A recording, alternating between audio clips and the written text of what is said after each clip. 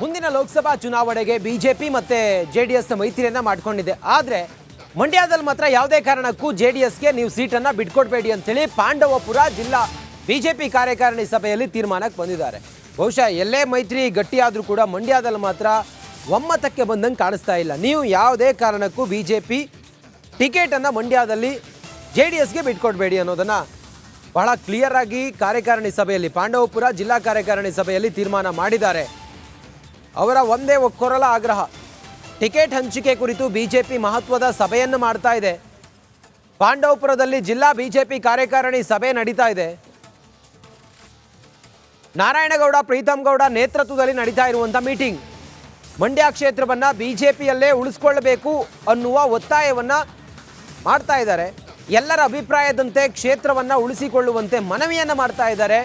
ಮಂಡ್ಯ ಲೋಕಸಭಾ ಕ್ಷೇತ್ರದಲ್ಲಿ ಪಾಂಡವಪುರದಲ್ಲಿ ನಡೀತಾ ಇರುವಂತಹ ಜಿಲ್ಲಾ ಮಟ್ಟದ ಬಿಜೆಪಿಯ ಕಾರ್ಯಕಾರಿಣಿ ಸಭೆಯಲ್ಲಿ ನಮ್ಮೆಲ್ಲರ ವಿಚಾರವನ್ನ ಒಟ್ಟಿಗೆ ತೆಗೆದುಕೊಂಡು ಹೋಗುವಂತ ಒಂದು ಮನಸ್ಥಿತಿ ಮೊದಲನೇದಾಗಬೇಕು. ಆ ಮನಸ್ಥಿತಿ ಏನು ಅಂತ ಹೇಳಿದ್ರೆ, ನಮ್ಗೆ ಹಾಲಿ ಸಂಸದರಿದ್ದಾರೆ, ಹಾಗಾಗಿ ಅವರೆಲ್ಲರ ಅಭಿಪ್ರಾಯವನ್ನು ತೆಗೆದುಕೊಂಡು ಅಂತಿಮವಾಗಿ ನಮ್ಮ ರಾಜ್ಯದ ನಾಯಕರಿಗೆ ಏನು ವಾಸ್ತವ ಸ್ಥಿತಿ ಇದೆ ಅದ್ರ ಬಗ್ಗೆ ನಾನು ಮಾಹಿತಿಯನ್ನು ಕೊಡುವಂಥ ಕೆಲಸವನ್ನು ಮಾಡ್ತೀನಿ. ಆ ಮಾಹಿತಿ ಆಧಾರದ ಮೇಲೆ ರಾಜ್ಯದ ನಾಯಕರು ಮತ್ತು ರಾಷ್ಟ್ರೀಯ ಅಧ್ಯಕ್ಷರು ಸೇರಿದಂತೆ ನಮ್ಮ ಅಮಿತ್ ಶಾಜಿಯವರು, ನಮ್ಮ ಪ್ರಧಾನಮಂತ್ರಿಗಳು ಅಂತಿಮವಾದಂಥ ತೀರ್ಮಾನವನ್ನು ಮಾಡ್ತಾರೆ. ಆ ತೀರ್ಮಾನಕ್ಕೆ ಎಲ್ಲರೂ ಬದ್ಧವಾಗಿರ್ತೀವಿ. ಆದರೆ ಏನು ನಡೀತಿದೆ ಅನ್ನೋ ವಾಸ್ತವವನ್ನು ಕೂಡ ತಿಳಿಸ್ದೆ ಒನ್ ಸೈಡಾಗಿ ಯಾವುದೇ ನಿರ್ಧಾರ ಕೂಡ ಆಗೋವಂಥ ಪರಿಸ್ಥಿತಿ ಇರೋದಿಲ್ಲ. ಅಷ್ಟು ಮಾತ್ರ ನಮ್ಮ ಕಾರ್ಯಕರ್ತರುಗಳೆಲ್ಲ ಹಂಚ್ಕೊಂಡಿದ್ದೀನಿ. ನಾನು ಹೇಳ್ತಾ ಇರೋಂಥದ್ದು, ಅವರು ಕೇಳ್ತಾ ಇರೋದು ಸತ್ಯ, ಆದರೆ ಈಗ ತೀರ್ಮಾನ ಆಗಿಲ್ಲ ಅನ್ನೋದು ಅಷ್ಟೇ ಸತ್ಯ. ಆ ಲೆಕ್ಕಾಚಾರದಲ್ಲಿ ಮಂಡ್ಯದಲ್ಲಿ ಸುಮಲತಾ ಅವರಿದ್ದಾರೆ, ಅವ್ರು NDA ಒಟ್ಟಿಗಿದ್ದಾರೆ. ಮಂಡ್ಯನ ಸುಮಲತಾಗೆ ಅಂತ ಡಿಸೈಡ್ ಮಾಡೋಕ್ಕಾಗತ್ತಾ? ಅವತ್ತಿನ ರಾಜಕೀಯ ಪರಿಸ್ಥಿತಿ ಬೇರೆ, ಇವತ್ತಿನ ರಾಜಕೀಯ ಪರಿಸ್ಥಿತಿ ಬೇರೆ. ಹಾಲಿ ಸಂಸದರಿದ್ದಾರೆ, ಹಾಗಾಗಿ ಅವರೆಲ್ಲರ ಸುಮಲತಾ ಪರವಾಗಿ ಮಂಡ್ಯ ಬಿಜೆಪಿಗರು ಎಲ್ಲರೂ ಕೂಡ ಒಟ್ಟಾಗಿ ತೀರ್ಮಾನಕ್ಕೆ ಬಂದಂಗೆ ಕಾಣಿಸ್ತಾ ಇದೆ. ಸುಮಲತಾ ಬಿಜೆಪಿಗೆ ಸಹಾಯವನ್ನು ಮಾಡಿದ್ರು, ಸುಮಲತಾಗೆ ಟಿಕೆಟನ್ನು ಕೊಡಬೇಕು ಅಂತೇಳಿ ನಾರಾಯಣಗೌಡ ಕೂಡ ವಕಾಲತ್ತನ್ನು ವಹಿಸ್ತಾ ಇದ್ದಾರೆ ಸುಮಲತಾ ಪರ. ಅವರಿಗೆ ಟಿಕೆಟ್ ನೀಡಿದರೆ ತಪ್ಪೇನು ಅಂಥೇಳಿ ಕೇಳಿದ್ದೇನೆ ಸುಮಲತಾಗೆ. ಮಂಡ್ಯ ಟಿಕೆಟನ್ನು ಬಿಜೆಪಿಗೆ ಬಿಟ್ಟು ಕೊಡಲಿ. ಮಂಡ್ಯದಲ್ಲಿ ಕಾರ್ಯಕರ್ತರ ಮತ್ತು ಕಾರ್ಯಕಾರಿಣಿ ಸಭೆಯಲ್ಲಿ ತೀರ್ಮಾನ ಇದು, ಹೈಕಮಾಂಡ್ಗೂ ಹೇಳ್ತೀವಿ ಅಂಥೇಳಿ ನಾರಾಯಣಗೌಡರು ಹೇಳಿದ್ದಾರೆ. ಸುಮಲತಾ ಪರ ಮಂಡ್ಯ ಬಿಜೆಪಿಗರು ಬ್ಯಾಟಿಂಗ್ ಮಾಡ್ತಾ ಇದ್ದಾರೆ. ಸುಮಲತಾ ಅಂಬರೀಷ್ ಕಳೆದ ಬಾರಿ ಬಿಜೆಪಿಯೊಂದಿಗಿದ್ದರು, ಬಿಜೆಪಿ ಬೆಂಬಲಿತ ಲೋಕಸಭಾ ಅಭ್ಯರ್ಥಿಯಾಗಿ ಗೆದ್ದಿದ್ರು. ಅದಾದ ನಂತರ ಬಿಜೆಪಿಗೆ ಸಂಪೂರ್ಣ ಬೆಂಬಲವನ್ನು ಕೊಟ್ಟಿದ್ರು. ಈ ಬಾರಿಯೂ ಕೂಡ ಅವರಿಗೆ ಟಿಕೆಟ್ ಕೊಡಬೇಕು ಅನ್ನೋದು, ಅವ್ರನ್ನೇ ಉಳಿಸ್ಕೊಳ್ಳೋದ್ರಲ್ಲಿ ಏನು ತಪ್ಪು ಅನ್ನೋ ತೀರ್ಮಾನಕ್ಕೆ ಬಂದಿದ್ದಾರೆ. ಸುಮಲತಾ ಅವರು ನಮ್ಮ ವಿಧಾನಸಭಾ ಚುನಾವಣೆಯಲ್ಲಿ ನಮ್ಮ ಜೊತೆ ಎಲ್ಲ ಬಂದು ನಮಗೆಲ್ಲ ಒಂದು ಸಹಕಾರ ನೀಡುವಂಥ ಕೆಲಸಗಳನ್ನು ಮಾಡಿದ್ದಾರೆ. ಅದಕ್ಕಾಗಿ ಅವ್ರಿಗೆ ಕೊಟ್ಟರು ತಪ್ಪೇನಿದೆ ಅನ್ನೋದನ್ನು ನಾವು ಹೇಳಲಿಕ್ಕೆ ಬಯಸಿದ್ವಿ. ಈಗ ನಮ್ಮ ಪ್ರೀತಮ್ ಗೌಡರು ಹೇಳಿದಾಗೆ ಯಾರಿಗಾರು ಕೊಡಲಿ, BJPಯವರು ಕೊಡಲಿ ಅನ್ನೋದು ನಮ್ಮ ಡಿಮ್ಯಾಂಡು. ಹೈಕಮಾಂಡ್ JDSಗೆ ಅಂತ ಸೂಚನೆ ಮಾಡಿದ್ರೆ ತಮ್ಮದು ನಡೆ ಏನಿರುತ್ತೆ ಸರ್? ಅದನ್ನು ಹೈಕಮಾಂಡ್ ಹತ್ರ ನಾವು ಕುಂತ್ಕೊಂಡು ತೀರ್ಮಾನ ಮಾಡ್ತೀವಿ, ಮಾತಾಡ್ತೀವಿ. ಏನಂತ ಮಾಡ್ತೀರಾ ಸರ್? ಚರ್ಚೆ ಅಷ್ಟೇ, ಖಾಲಿ ಅವ್ರಿಗೆ ಹುಷಾರಿರಲಿಲ್ಲ. ಯಾಕೆ ಅಂತ ಹೇಳಿದ್ರೆ ನಾವು ಒಂದಿನ ಮುಂಚೆನೇ ನಮ್ಮ ಕೆರಗುಡ್ನಲ್ಲಿ ಆದಂಥ ಘಟನೆಗೆ ನಾವು ಅವ್ರನ್ನ ಕರೆಯೋದಕ್ಕೆ ಹೋಗಿದ್ದು. ಮತ್ತು ನಿಮ್ಮ ಅಭಿಪ್ರಾಯಗಳೇನು ಅಂತ ಕೇಳಿದ್ರು. ಇಲ್ಲ, ನಾನು ಮಂಡ್ಯದಲ್ಲಿ ನಾನು ಸ್ಥಿರನಾಗಿರ್ತೀನಿ, ನಾನು ಬೇರೆ. ಮುಂದಿನ ಲೋಕಸಭಾ ಚುನಾವಣೆ ಮತ್ತೆ ಬಿಜೆಪಿ ಮತ್ತು JDSನ ಮೈತ್ರಿ, ಈ ಮೈತ್ರಿ ಬಗ್ಗೆ ಸಲ್ಲದ ಮಾತುಗಳನ್ನು ಮಂಡ್ಯದಲ್ಲಿ ಪ್ರೀತಮ್ ಗೌಡರು ಆಡ್ತಾ ಇದ್ದಾರೆ. ಇದು ಬಹುಶಃ ಮುಜುಗರ ತಂದಿಡಬಹುದು ಬಿಜೆಪಿ ಮತ್ತು JDSಗೆ. ಬಿಜೆಪಿ JDS ಮೈತ್ರಿಗೆ ಕಮಲ ನಾಯಕರು ಅಸಮಾಧಾನ. ಯಾರು? ಪ್ರೀತಮ್ ಗೌಡ. ನೆಂಟಸ್ತಿಕೆ ಬಿಡಬೇಕು ಅಂತೇಳಿ JDS ಬಗ್ಗೆ ಕುಟುಕಿದ್ದಾರೆ ಪ್ರೀತಮ್ ಗೌಡ. ಗೌಡರಿಗೆ ಮಂಡ್ಯ ಹಾಸನ ನೆಂಟರು ಇರ್ತಾರೆ, ನಮ್ಮ ಸಂಕಲ್ಪ ಕುಟುಂಬ ರಾಜಕಾರಣ ನಮ್ಮದಲ್ಲ. ಪ್ರೀತಮ್ ಗೌಡರು ಹಿಂಗೆ ಹೇಳಿದ್ದಾರೆ. ಇವತ್ತಿನ ಮೀಟಿಂಗ್ ಇದೆಯಲ್ಲ, ಪಾಂಡವಪುರದ ಈ ಬಿಜೆಪಿಯ ಜಿಲ್ಲಾ ಕಾರ್ಯಕಾರಿಣಿ ಮೀಟಿಂಗ್, ಅದರಲ್ಲಿ ಈ ರೀತಿಯೆಲ್ಲ ಚರ್ಚೆಗಳಾಗಿದ್ದಾವೆ. ಪ್ರೀತಮ್ ಗೌಡರು ಹಿಂಗೆ ಹೇಳಿದ್ದಾರೆ. ನಮ್ಮೆಲ್ಲರ ವಿಚಾರವನ್ನ ಒಟ್ಟಿಗೆ ತೆಗೆದುಕೊಂಡು ಹೋಗುವಂತ ಒಂದು ಮನಸ್ಥಿತಿ ಮೊದಲನೇದಾಗಬೇಕು.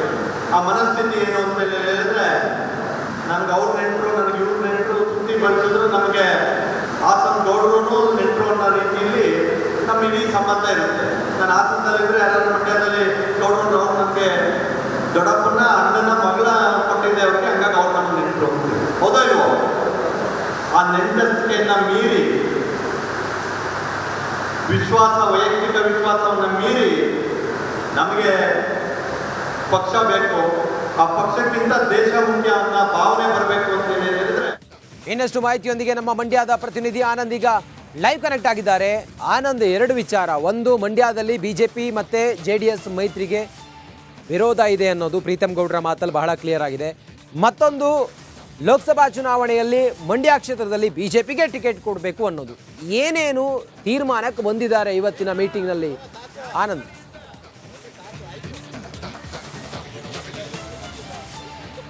ರಂಜಿತ್, ಲೋಕಸಭೆ ಚುನಾವಣೆ ಹತ್ತಿರ ಆಗ್ತಿದ್ದಂತೆ ಮೈತ್ರಿ ಪಕ್ಷಗಳಾದಂಥ BJP ಹಾಗೂ JDS ನಡುವೆ ಟಿಕೆಟ್ ಫೈಟ್ ಆರಂಭ ಆಗಿದೆ.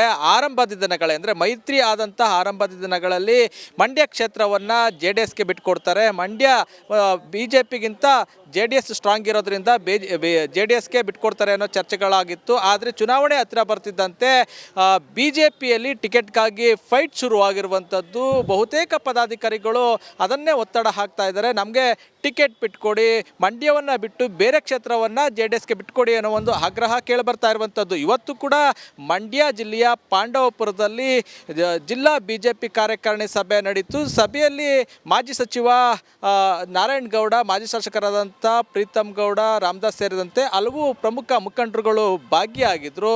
ಸಾಕಷ್ಟು ಮುಖಂಡರುಗಳು ಮಾತಾಡುವಂಥ ಸಂದರ್ಭದಲ್ಲಿ ಮಂಡ್ಯ ಕ್ಷೇತ್ರವನ್ನು JDSೇ ಉಳಿಸ್ಕೋಬೇಕು ಅನ್ನೋ ಒಂದು ಆಗ್ರಹವನ್ನು, ಅಂದರೆ JDSಗೆ ಕೊಡಬಾರ್ದು, BJPನೇ ಬಿಟ್ಟು ಉಳಿಸ್ಕೋಬೇಕು ಅಂತ ಹೇಳಿ ಆಗ್ರಹವನ್ನು ಮಾಡಿದ್ರು. ಅದ್ರ ಜೊತೆಗೆ ಏನು ಪದಾಧಿಕಾರಿಗಳ ಅಭಿಪ್ರಾಯವನ್ನು ಸಂಗ್ರಹಿಸಿದ ಸಂದರ್ಭದಲ್ಲೂ ಕೂಡ ಬಹುತೇಕ ಪದಾಧಿಕಾರಿಗಳು ಅದೇ ಒಂದು ಅಭಿಪ್ರಾಯವನ್ನು ವ್ಯಕ್ತಪಡಿಸಿದ್ರು.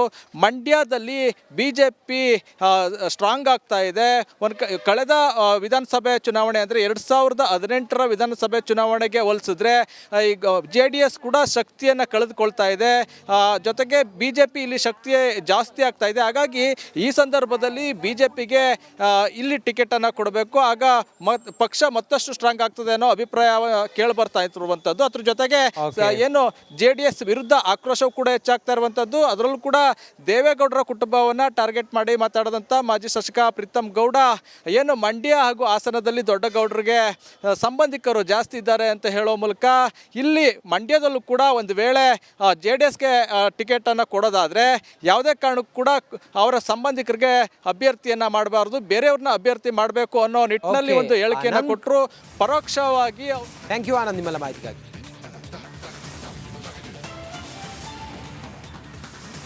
ವಿಜಯನಗರದ ಹಂಪಿ ಉತ್ಸವ ವಿಜೃಂಭಣೆಯಿಂದ ನಡೀತಾ ಇದೆ. ಇವತ್ತಿನ ಪ್ರಮುಖ ಆಕರ್ಷಣೆ ಅಂತ ಹೇಳಿದ್ರೆ ಡಾಗ್ ಶೋ. ಹಾಗಾದ್ರೆ ಎಷ್ಟು ವಿಶೇಷವಾಗಿತ್ತು ಡಾಗ್ ಶೋ? ಈ ಕುರಿತಾಗಿ 1 ನಿಮಿಷದ ವರದಿ ಇದೆ, ಕ್ವಿಕ್ ಆಗಿ ನೋಡೋಣ ಬನ್ನಿ.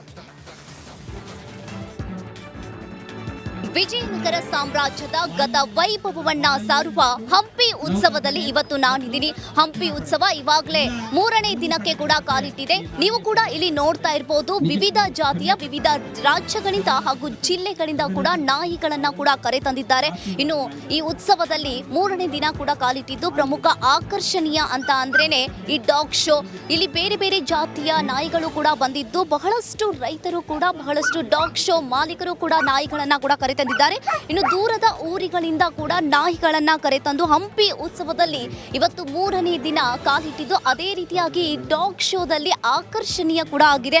ಅದೇ ರೀತಿಯಾಗಿ ಈ ಡಾಗ್ಗಳನ್ನ ನೋಡಿದ್ರೆ ಒಂದಕ್ಕಿಂತ ಒಂದು ಕೂಡ ಬಹಳಷ್ಟು ಸುಂದರವಾಗಿತ್ತು. ಅದೇ ರೀತಿಯಾಗಿ ಶ್ವಾನ ಪ್ರಿಯರಿಗೆಂದೇ ಭಾನುವಾರ ಇವತ್ತಿನ ದಿನ ಡಾಗ್ ಶೋ ಎಲ್ಲರ ಮೆಚ್ಚುಗೆಗೆ ಕೂಡ ಪಾತ್ರರಾಗಿದೆ. ಅದೇ ರೀತಿಯಾಗಿ ಸಾಕಷ್ಟು 19 ಜಾತಿಯ 55 ನಾಯಿಗಳನ್ನ ಡಾಗ್ ಮಾಲೀಕರು ಕೂಡ ಕರೆತಂದಿದ್ದಾರೆ.